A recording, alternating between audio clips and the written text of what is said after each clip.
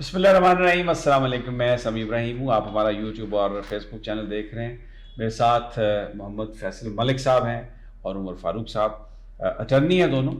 بڑا اہم آج معاملہ تھا، اسلام آباد ہائی کورٹ کے سینئر جج ہیں محسن اختر کیانی صاحب۔ صحافیوں کے خلاف جو ملٹیپل ایف آئی آرز درج ہوتی ہیں، ان کی آواز کو دبانے کے لیے، ان کو چپ کرانے کے لیے یا اپنی مرضی کی بات کہلوانے کے لیے حکومت جو کوئرسو میئرز استعمال کرتی ہے، اس میں یہ ہوتا ہے کہ ایک کوئی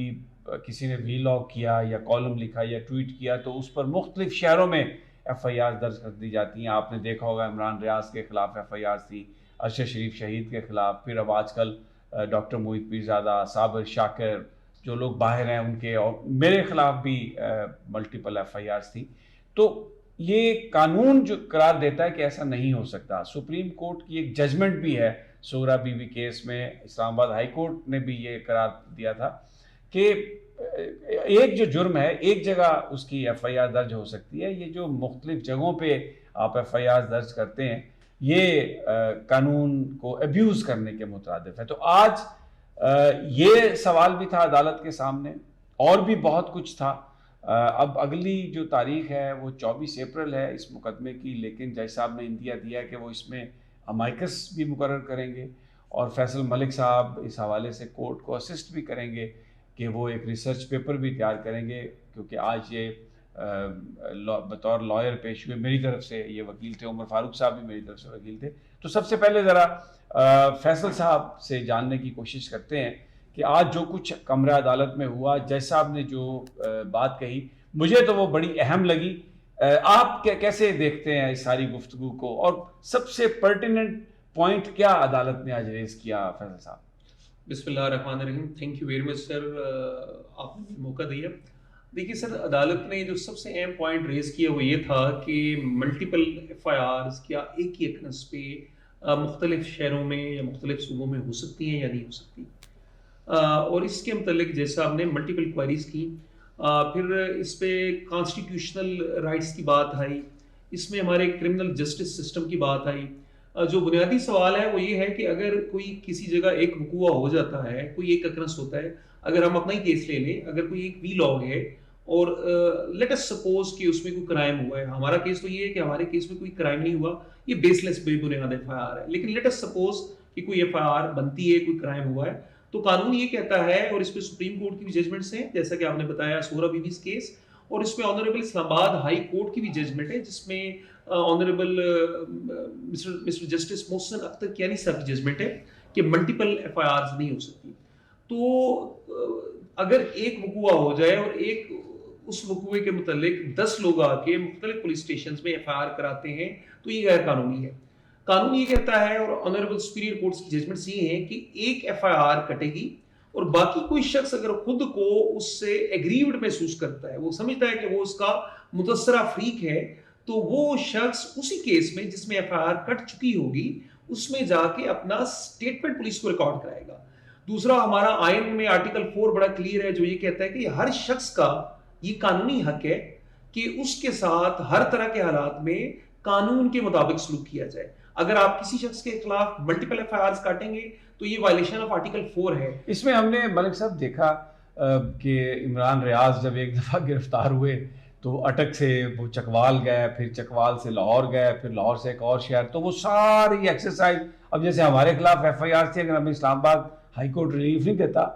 جب ارشد شریف حیات تھے، میں تھا، تو کوئی پشین میں ایف آئی آر درج ہے، کوئی کوئٹہ میں درج ہے، قلعہ سیف اللہ میں درج ہے۔ اگر ایک دفعہ آپ بلوچستان پولیس کے ہاتھ چڑھ گئے تو وہ تو پورا بلوچستان آپ کو گھمائیں گی، پھر پنجاب کے ہاتھ آ جائیں گے، پھر پنجاب اٹک سے لے کے پورے، تو یہ تو ابیوز آف لا ہے، یہ تو کوئی قانونی کاروائی نہیں لگ رہی ہے۔ تو Sir, this is misuse of authority, this is abuse of law, this is unconstitutional, this is illegal. یہ چیزیں یہ پاکستان ایک بنانا اسٹیٹ نہیں ہے، اس ملک میں آئین ہے، اس ملک میں عدالتیں ہیں، اور ڈسپائٹ آف آل آڈز، تمام تر معاملات کے باوجود عدالتیں اپنا وجود دکھاتی ہیں، اور یہ جو طریقہ کار اختیار کیا جاتا ہے کہ آپ نے اسلام آباد میں کوئی وی لاگ بنایا ہے اور پشین میں، کوئٹہ میں، کراچی میں ایف آئی آر کاٹ دی گئی، یہ تو مس یوز آف اتھارٹی ہے، یہ پولیس رولز کے اگینسٹ ہے۔ ایک اور بات بڑی انٹرسٹنگ تھی، سوری میں آپ کو کاٹ رہا ہوں، جب آپ نے وہ پڑھی ایف آئی آر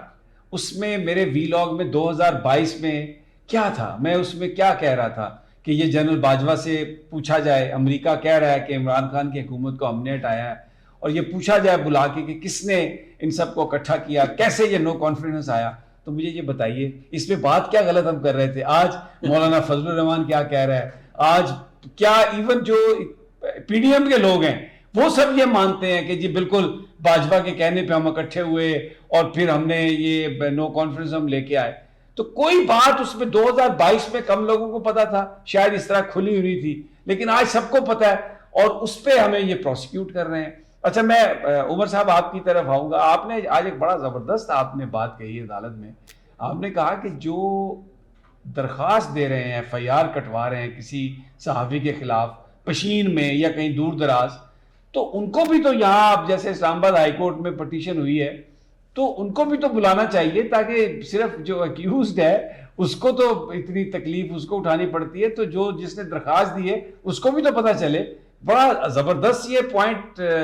آپ نے ریز کیا، اور اس پر جج صاحب ایگری بھی کرتے ہوئے نظر آ رہے تھے کہ بالکل اگر نہیں آتا درخواست دہندہ تو پھر وہ ایف آئی آر قواش ہو جانی چاہیے. اور سمی بھائی آج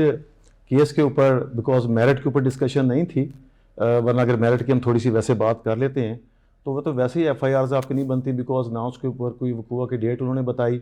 نہ اس کے اوپر وہ جو نیوز چینل انہوں نے بتایا جو آپ کا یوٹیوب چینل تھا Canada news Pakistan some thing fake سا نیم، وہ بھی آپ کا نہیں ہے. پھر انہوں نے لاہور بتایا کہ آپ وہاں پہ رہتے ہیں، بیکاز آج میرٹ پہ ڈسکشن ہی نہیں تھی. آج جو ڈسکشن تھی ایکچولی ایک بڑی نیو جورسپروڈنس کریٹ ہو رہی ہے. آنریبل جسٹس محسن اختر کیانی نے بڑی ایکیڈیمک اور بڑی لیگل قسم کی ڈسکشن آج کی، اور بڑے پیشنس کے ساتھ انہوں نے سنا، اور خود بھی انہوں نے ہمیں بھی بلکہ ساتھ وکلا کو بھی گائیڈ کیا. اور اس کے اوپر جو بھی ریسرچ پیپر بنائیں گے فیصل صاحب اور میں مل کے انشاءاللہ تعالیٰ اس میں بہت سارے جو کویشچن آج رائز ہوئے ہیں لا کے نئے کویشچن، اور مجھے یقین ہے کہ اس کے اوپر ہم جب بنائیں گے اور وہ جج صاحب کو پسند آئے گا اور اس کے اوپر ایک نیا لا ڈیولپ ہوگا، اور جو ججمنٹ آئے گی اس کے نتیجے میں مجھے یہ لگ رہا ہے کہ یہ جو حکومت استعمال کرتی ہے اس چیز کو، یہ جو ابیوز کر رہی ہے پاور کو، مختلف ایف آئی آرز اور ڈرانا دھمکانا، اس سے صحافیوں کی جان چھوٹ جائے گی. جی. اور اس کے اندر دوسری بات جو آپ ریفر کر رہے تھے، ایکچولی مجھے بڑا دکھ ہوتا تھا کہ چمن، ذوب، کوئٹہ، اٹک، پورے پاکستان کراچی سے ایف آئی آرز ہوتی ہیں جرنلسٹوں کے نام پہ، اور وہ بیچارے تنگ ہوتے ہیں جا کے جگہ جگہ اپنی سکن سیو کرنے کے لیے وہ عدالتوں کا سہارا لے رہے ہوتے ہیں. عدالتیں اپنی جو ان کا ایریا بنتا ہے جورسڈکشن اس کے اوپر پھنس جاتی ہیں، تو آپ الٹیمیٹلی تنگ تو آپ ہوتے ہیں. تو پھر میں نے جج صاحب سے یہ ریکویسٹ کی کہ جو کمپلیننٹس ہیں پتہ نہیں وہ ایکچولی بھی ایگزسٹ کر رہے ہیں کہ نہیں کر رہے، ریئل پرسن ہیں بھی کہ نہیں ہیں. ایک تو یہ پتہ لگے گا کہ وہ ریئل پرسن ہیں تو سامنے ان کو کیا تکلیف ہوئی ہے. سیکنڈلی اگر وہ آئیں گے اتنی دور سے، چمن سے، کوئٹہ سے، ذوب سے، اگر وہ اپنے کیس کو یہاں پہ فالو اپ کرنے کے لیے آئیں گے تو پتہ تو چلے نا، ان کو بھی تکلیف ہو، اور کہ پتہ بھی چلے کہ وہ سنجیدہ ہیں. اچھا فیصل صاحب، آپ نے ایک بڑا زبردست نکتہ اور تھا کہ یہ ادارے کی توہین کا نام لے کے کوئی بھی پرائیویٹ آدمی آ کے درخواست جمع کروا دیتا ہے اور ایف آئی آر درج ہو جاتی ہے. بھائی اگر ادارہ ایگریوڈ ہے تو کوئی ادارے کا آفیسر آئے، کوئی اگر عدلیہ کے بارے میں ہے تو کوئی عدلیہ کا آفیسر ہو، کوئی فوج کے بارے میں ہے تو فوج کا کوئی آفیسر ہو. یہ پرائیویٹ لوگ جو ہیں یہ درخواست دے کے، اور وہ جس ادارے کے حوالے سے بات ہے اس کے کسی افسر کا نہ کوئی بیان قلم بند ہوتا ہے، نہ وہ کوئی آن ریکارڈ آ کے بات کرتا ہے، اور تیسری پارٹی جو ہے وہ کسی آدمی کو سزا دلوا دیتی. سر گزارش یہ ہے کہ بالکل ایسا ہی ہے کہ کوئی بھی پرائیویٹ شخص اٹھ کے کسی ادارے کے متعلق اگر اس کو کوئی گریوینس ہے تو وہ ایف آئی آر نہیں کٹا سکتا. سپوز کوئی اسٹیٹمنٹ دی ہے کسی جرنلسٹ نے، اور اس اسٹیٹمنٹ سے کوئی شخص یہ سمجھتا ہے کہ اس ادارے کی عزت پہ فرق آیا ہے، اس کے متعلق قابل اعتراض الفاظ استعمال کیے گئے ہیں، تو جو کرمنل جسٹس سسٹم ہے ہمارا اس میں ایک پراپر میکنزم ہے. سوال یہ ہے کہ قانون کو حرکت میں کون لائے گا؟ کیا کوئی بھی شخص اٹھ کے ایف آئی آر کٹا دے گا اور وہ ایف آئی آر ہوگی؟ ایسا نہیں ہو سکتا. اس کے متعلق کرمنل پروسیجر کوڈ میں ایک پراپر میکنزم ہے how to set the law into motion in matters which are related to certain institutions. تو ان اداروں کے لوگ اگر وہ کوئی شکایت ہے وہ متعلقہ صوبائی حکومت کو یا فیڈرل حکومت کو آگاہ کریں گے، یا اس ادارے کو، اب جیسے آج کل مثال کے طور پہ ہر بندہ آگے کہتا ہے جو فوج کے خلاف بات کر دی، اور جناب فلاں فوجی کے خلاف بات کر دی. بھائی آپ پرائیویٹ بندہ جو ہے وہ کسی کے خلاف کیسے درخواست کر, اگر کسی فوج کو کوئی تکلیف ہوئی ہے, کوئی ان کو شکایت ہے, تو فوج کا آفیسر آ کے ان کا محکمہ ہے وہ ایف آئی آر درج کرے نا, اپنا بیان دے. اب وہ تو ہے ہی نہیں بیچ میں, اور ایک بندہ ہے پتہ نہیں اس کو کس نے انسٹیگیٹ کیا ہے, کیا بات ہے, فوج کا نام لیا اور یہ ظاہر ہے کہ ادارے کا نام ہے, اس کی بنیاد پر ہی اب وہ دبڑدوس ہو رہا ہے ہر بندہ. تو یہ that practice should come to an end. لیکن میرا سوال آپ سے یہ ہے کہ آپ کو لگتا ہے کہ یہ اتنا آسان ہوگا, کیونکہ ججمنٹس تو بہت ساری آتی ہیں عدالتوں میں, عمل درآمد نہیں ہوتا. ابھی آپ دیکھ لیں بس کیا کچھ نہیں ہوا الیکشن میں, اور سپریم کورٹ کے اور تمام ہائی کورٹس کے آرڈرز بھی ہیں, بٹ ہوا کیا؟ سر دیکھیے میں اکثر کہتا ہوں, میرا یہ بڑا فرم بلیو ہے کہ تمام تر مشکلات کے باوجود اس ملک کی عدالتیں ہی ہمارے لیے واحد امید ہیں,